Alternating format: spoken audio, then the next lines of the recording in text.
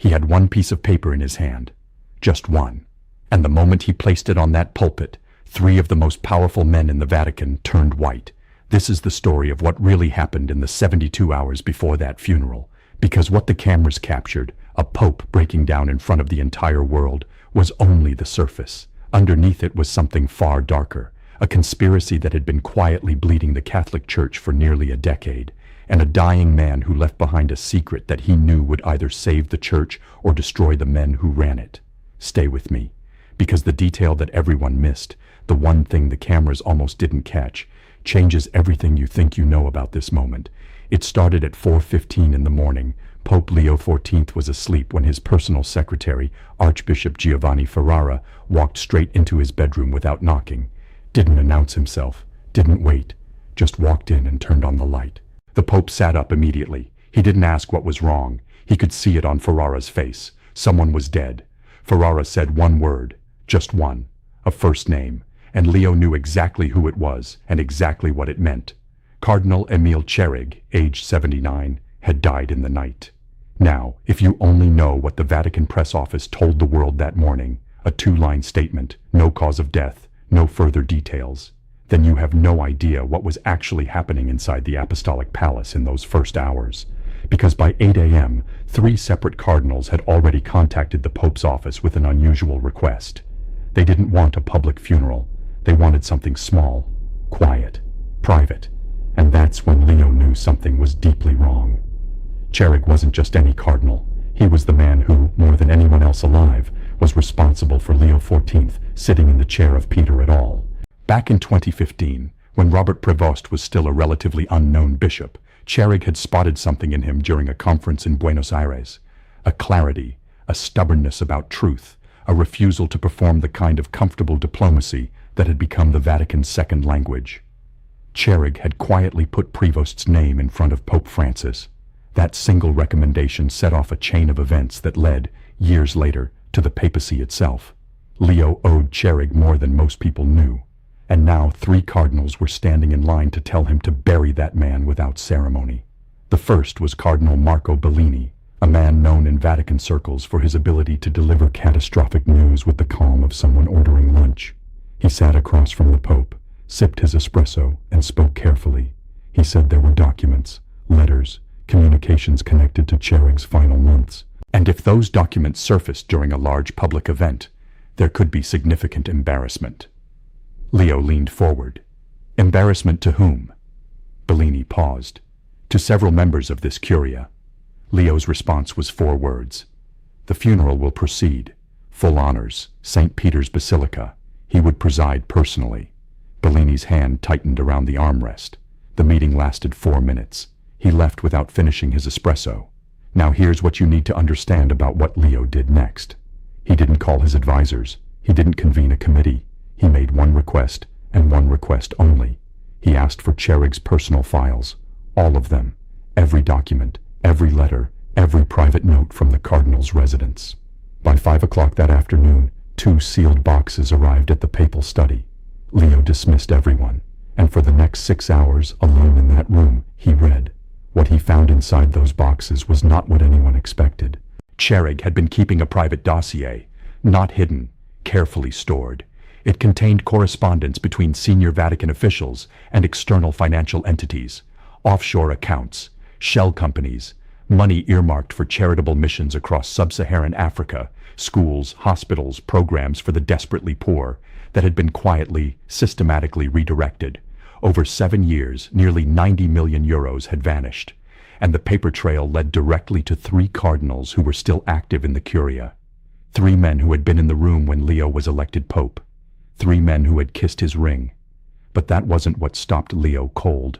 At the very bottom of the dossier was a letter, written by Tscherrig himself, dated 11 days before his death, addressed to Pope Leo XIV.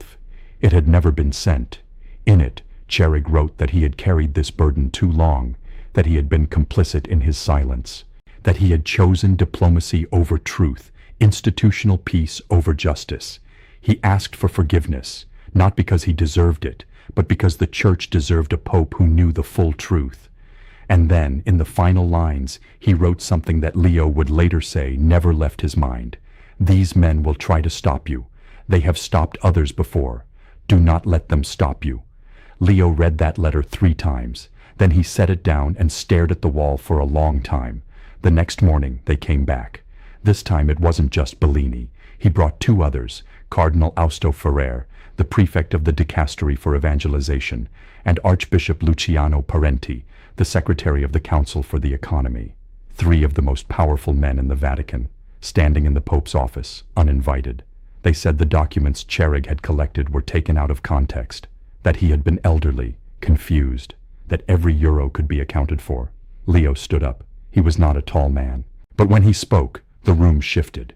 He said, "If every euro can be accounted for, then you have nothing to worry about. The funeral will proceed as planned. If my homily makes anyone in this room uncomfortable, that is not my concern." Cardinal Ferrer's face went red. He began talking about protocols, about the weight that a papal homily carries, about implications, even indirect ones. "Then they will be heard," Leo said. "Is there anything else?" There wasn't. And now Leo understood something that changed the texture of everything. These men weren't just nervous. They were scared, and scared men in the Vatican, men who had spent decades building walls of secrecy, do desperate things when the walls start to crack.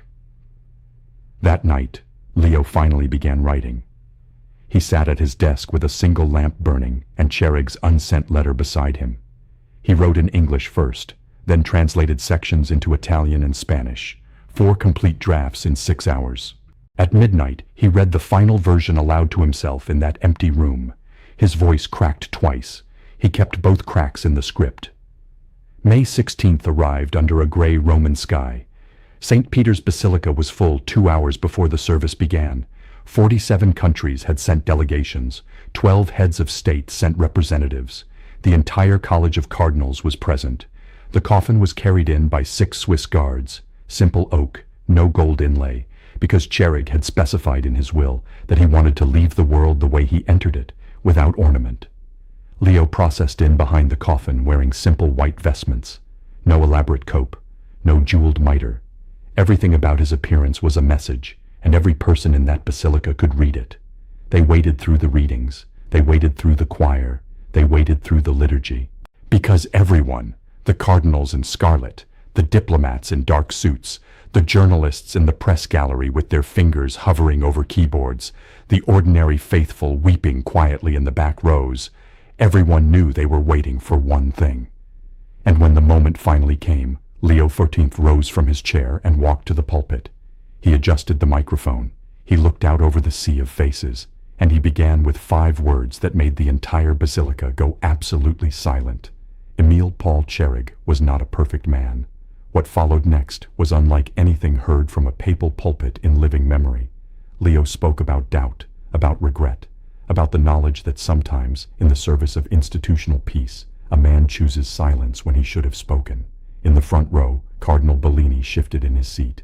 Then Leo said something that made every journalist in that room stop typing and just listen. He said the church does not belong to the cardinals. It does not belong to the curia.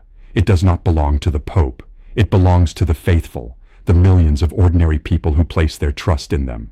And when that trust is betrayed, when charitable funds are redirected, when comfortable shadows are built where transparency should live, the sin is not against an institution, it is against them. A sound moved through the basilica, not applause, not gasps, something more collective than that. The sound of thousands of people understanding simultaneously that this was no longer a eulogy. And then Leo said it plainly. In his final days, Emile wrote to me. He wanted me to know the truth about certain financial arrangements within this church, arrangements that diverted charitable funds away from the people who needed them most, away from missions, away from schools, away from hospitals in the poorest regions of the world. In the press gallery, every camera turned simultaneously toward the front row. Bellini's face had gone ash white. Ferrer was staring at the floor. Parenti had his eyes closed, lips moving silently, and no one could tell whether it was prayer or panic. Leo gripped the sides of the pulpit. His knuckles went white, and he said the thing that would be replayed on screens around the world for days. You had the privilege of serving the body of Christ, and you turned it into a ledger. You measured the church's mission in euros and cents and personal comfort. You built walls of secrecy where there should have been windows of accountability, and when a good man, a faithful servant of God, tried to tell the truth, you made him carry that burden alone until it crushed him. His voice broke on the last word, not dramatically, not for effect. It broke the way a voice breaks when grief and fury collide inside a man who has been holding both for too long. And then, for 5 full seconds, the Pope of the Catholic Church said nothing. He stood at that pulpit, eyes glistening, jaw clenched, looking directly at the coffin, and the entire world held its breath with him. Most people watching that moment focused on the Pope's face, but there was something else in that image, something almost everyone missed. Behind Leo, barely visible in the shadows at the edge of the frame, a young Monsignor stood holding a thick manila folder. Tscherrig's full dossier. Leo had carried it into the Basilica, not to read from it, not to wave it dramatically, but simply to have it present, as if the Cardinal were still in the room, still testifying. That image went viral within hours, and it became, more than any other photograph, the defining image of Leo XIV's papacy, a pope standing between the dead and the powerful, having chosen the dead. What happened in the 48 hours after that funeral moved faster than Vatican watchers had seen in generations. Within 1 hour, the Holy See confirmed an immediate, independent financial audit, full access, external forensic accountants, no Vatican official with veto power over the findings. Within 2 hours, Cardinal Bellini had requested a private meeting with the Pope. He was told Leo was unavailable. Within 3 hours, Archbishop Parenti's office released a statement pledging full cooperation. Insiders said he had already drafted a resignation letter. He was holding it, waiting to see which way the wind would blow. Cardinal Ferrer lasted slightly longer, but not much. Leo summoned him to the private study.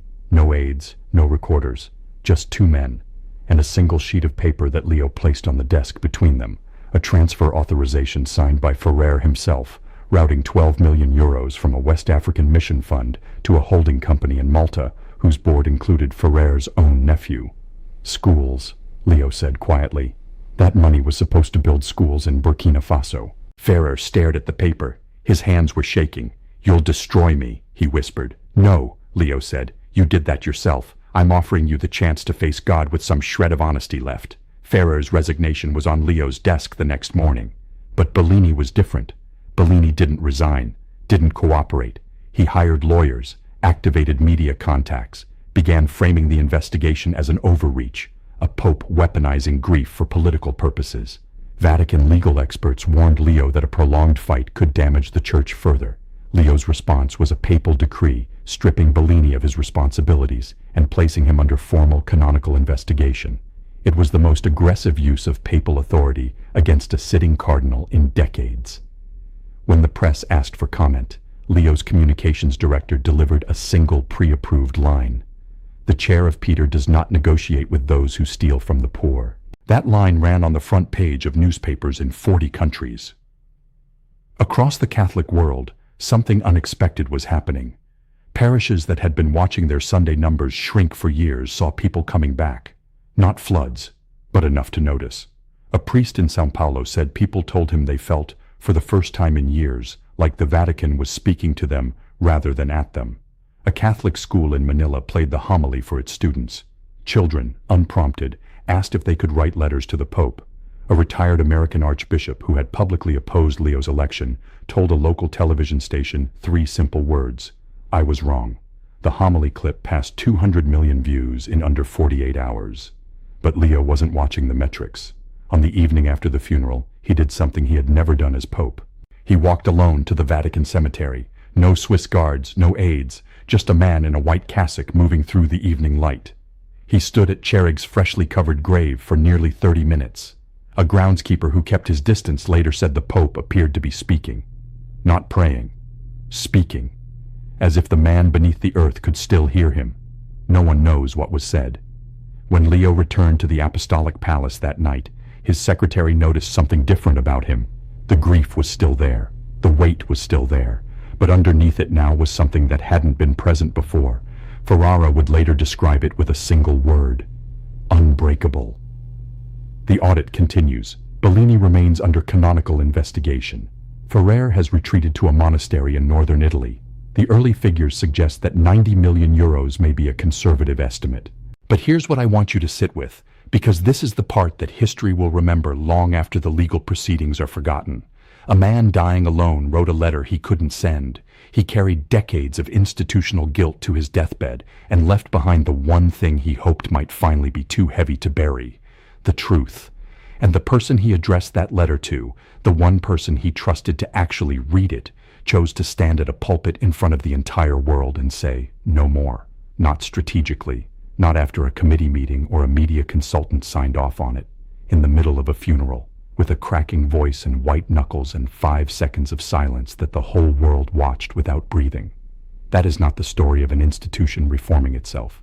That is the story of one man deciding that the cost of silence had finally become higher than the cost of the truth. And somewhere in the Vatican cemetery, under a simple oak marker, the cardinal who believed in a bishop that no one else had noticed yet, who saw something worth trusting when trust was out of fashion, got the answer to the letter he never had the courage to send. It turns out he was heard after all. If this story moved you, subscribe. We tell the stories that live underneath the headlines, the ones about power, truth, and the rare individuals willing to stand between them. Hit the bell. You won't want to miss what comes next.